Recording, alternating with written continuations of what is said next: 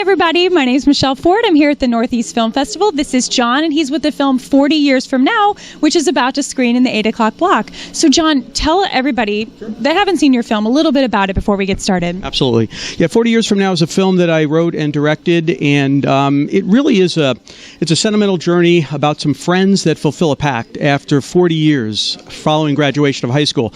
And they come together, and there's a lot of revelations about life and about kind of their future. And again, wrote it during COVID when it first hit, and was able to pull together a team because there were a lot of folks out there that were kind of having a little bit of they were just kind of cooped up, and we were able to get out there and shoot this pretty quickly. Wonderful. And so I take it maybe there was some personal life experience that sort of helped inspire the film, the writing of the film? Yeah, absolutely. So first-time filmmaker at age 59, and there's a thread in the film about whether it's ever too late to chase a dream. And I don't think it's a spoiler to say that the answer is absolutely not.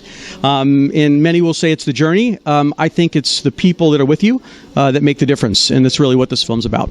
And so were you able to sort of gather people that you have close personal relationships with to kind of help you build the film, the people that were involved in the production and the acting that meant something to you? Yeah, absolutely. So when I wrote the film, I wrote it in the voices of myself and my closest friends, and used their names in the script. So it was really easy for me to write that dialogue. And once I wrote the script and had done about 15 different iterations, I brought those friends together to do a table read and learned that we're all very terrible actors, can't even play ourselves. So I went out and got some professionals and pulled it together. But no question, there are real friends of mine that are in this film in spirit and in personality.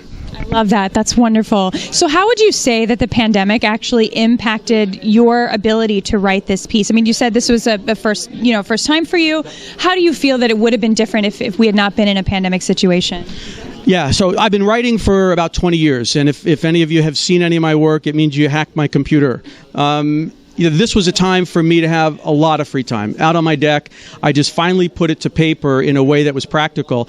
And the pandemic, again, what it did for me is I went out for colleges and universities to look for film students, but those schools were shut down and they weren't communicating. And ultimately went out to professionals, and they were sitting there at home ready. Now, we had a number of scares, so we did full testing on COVID, but right before the days of shooting, we had one potentially main character exposed. It turned out he wasn't, and then we had another one who's tested and come back in time, but we were able to reshoot or move something. So it was pretty tenuous, but ultimately I would never have been able to put this film together with the quality of people in it if it wasn't for the downtime that a lot of folks had. Absolutely. And where was the film shot? It was shot in Mahopac, New York, so just about an hour north of New York City. Yep. And so, having said all of that, how does it feel now to be in person, screening actually in person again?